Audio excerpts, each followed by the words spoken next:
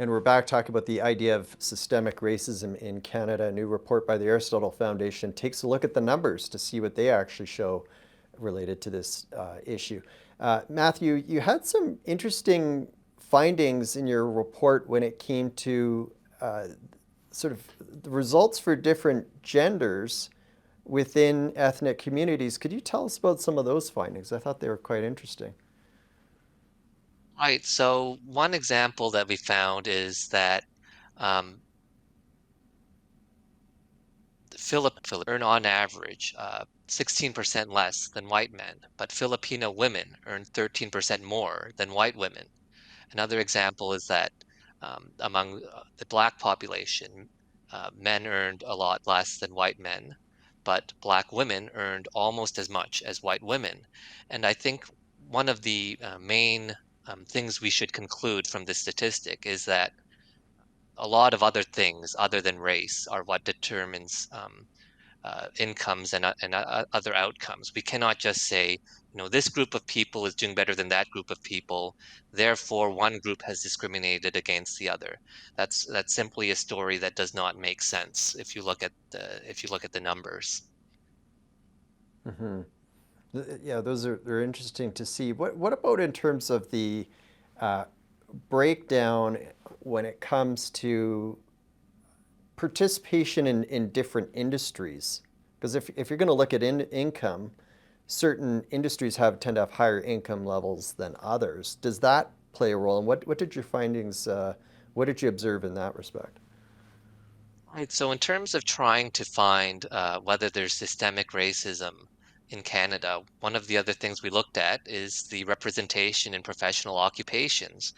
So, for example, we noted that Chinese people, men and women who are Canadian born, had on average higher weekly earnings than white men. And another thing we found is that they tend to be overrepresented in a lot of professional occupations. So, for example, the Chinese population makes up about 5% of the working age population in Canada, but they count for about Mm-hmm. 8% of doctors and 12% of computing professionals and 10% of engineers.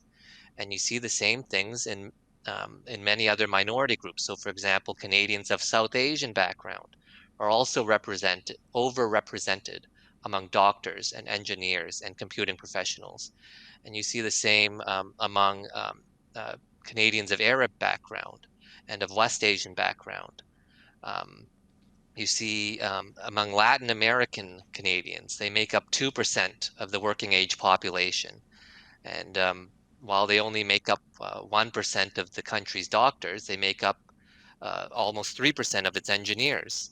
And again, I think this just reinforces the previous points. First, if we were a systemically racist country, you would not expect to see minority groups overrepresented in these very high paying occupations. And secondly, you Mm-hmm. can't just look at outcomes and say, well, this is due to discrimination.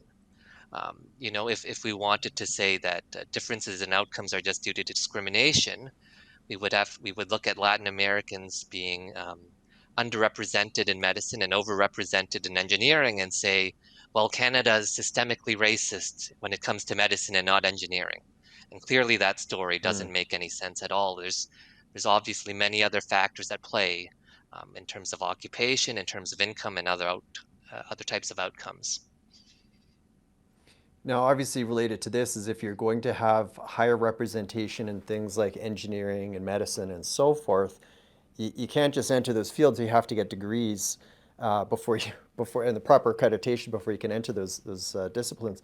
What did you observe in terms of the breakdown when it came to attaining different levels of post-secondary education?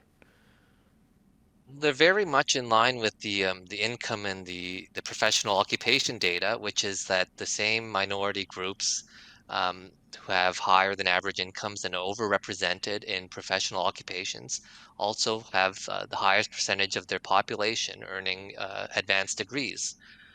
If you look at bachelor's degrees, the racial group with the highest proportion in Canada earning a bachelor's degree are those of Korean background and followed by Chinese and South Asian, which again I think is pretty powerful evidence against the fact that or against the argument that Canada is systemically racist. Well, how can that be so if minorities are among the most educated populations in Canada? Hmm. Very interesting work there in that aspect of your report. We'll be back in just a couple minutes to chat more about Matthew Lau's new research into systemic racism in Canada.